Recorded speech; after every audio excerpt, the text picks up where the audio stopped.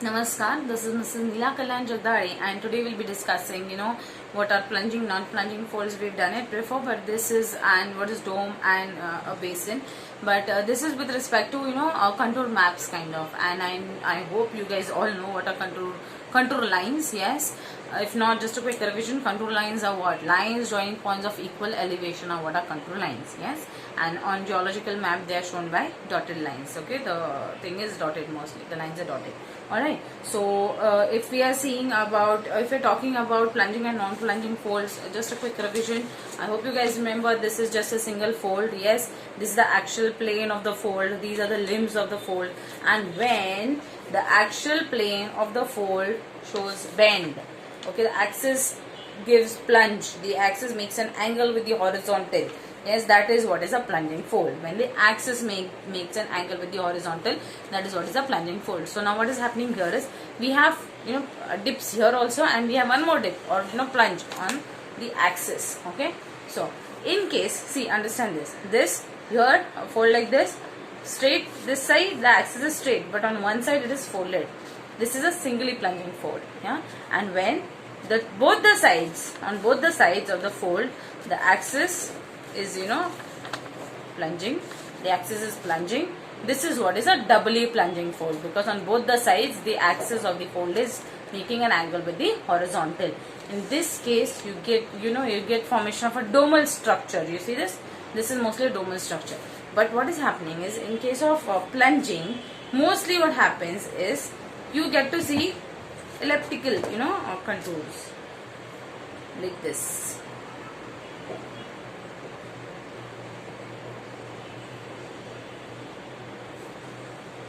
Just draw it for you so that you understand this more better. Yeah, I always do this, after drawing I ask question as to can you define what is what, and I'm going to do the same here also. Let's see.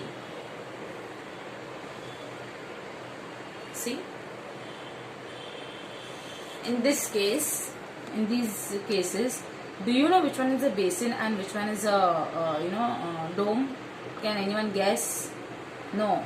Why? Because there are no values given here, correct?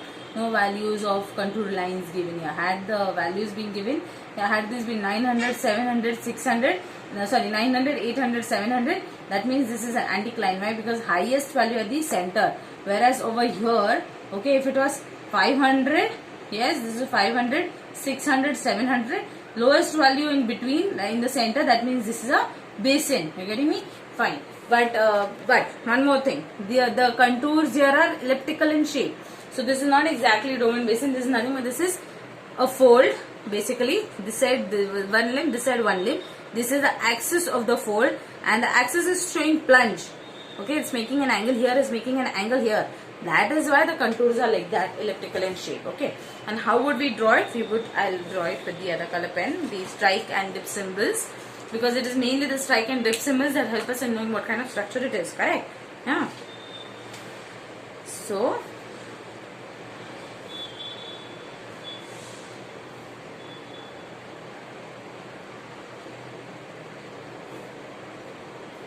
in this case there are no values given. Okay, without values you will get to know what this is, only and only because of strike and dip symbols. See here. In this case, the dip, this is the strike line. This is the strike line, this is the dip, this is the strike, this is the dip. Yeah, strike, dip, strike, dip. Everyone knows the strike and dip symbol so far. Okay, so here what is it that we are seeing? We see that the dips are going away from one another. If it is going, the dipping is going away from one another, it is anticline. However, in this case, what is happening is the dips are towards one another. Yeah, so this is a syncline. And what are they? Now, one more thing.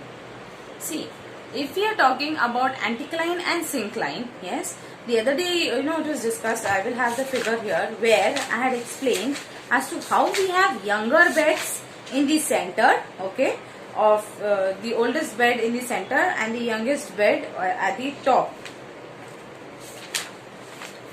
Here's the figure, but I think I'll redraw one here. See here, when I was explaining plunging and non-plunging, I had explained here that you have oldest bed at the center and youngest at the top in case of what? In case of anticline. And we discussed what is order of superposition and all. You can go back and you can listen to it if you want.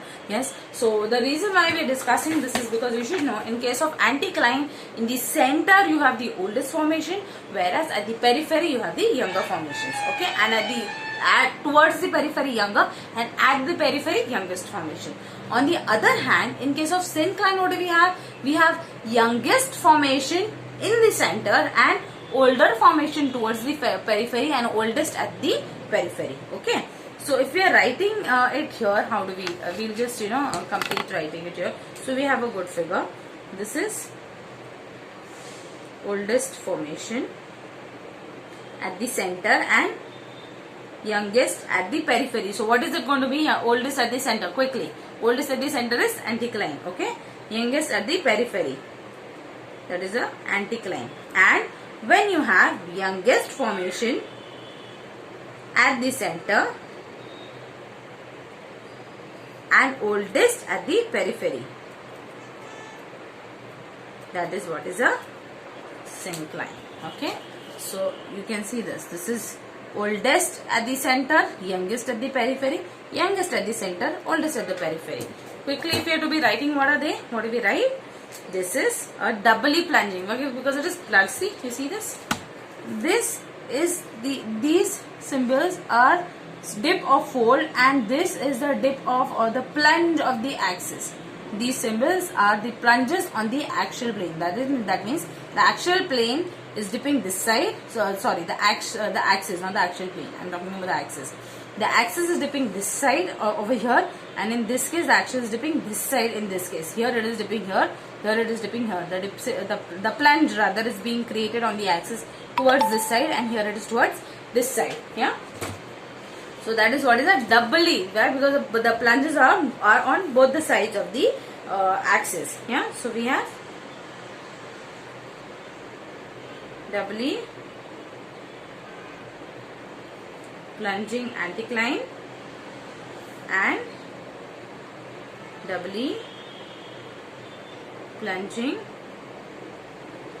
syncline. Yes. So you know what is a doubly plunging anticline, what is doubly plunging syncline so far. Alright. Then we have what is a dome and a basin. Same thing here. If you have to be understanding. However, what will happen here is now the contour, the shape of the contours, will they be elliptical here? Mostly not necessarily.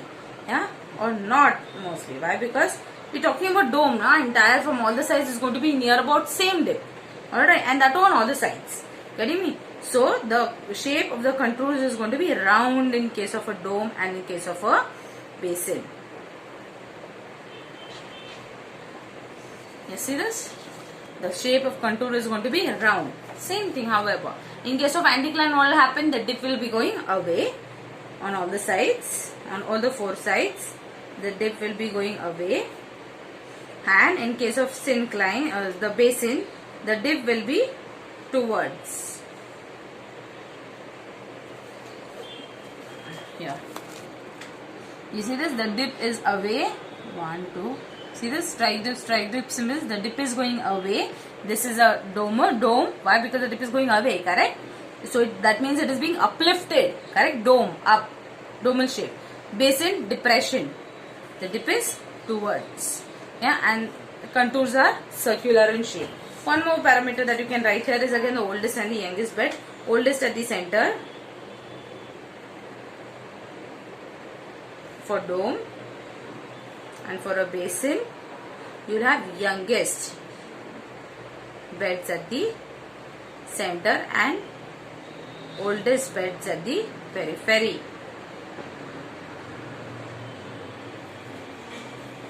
You see this? So you're going to have we are talking about a basin where you're going to have youngest at the center, oldest at the periphery, and in case of dome you're going to have oldest at the center and youngest at the periphery. Yes, the formation that we are talking about. Fine.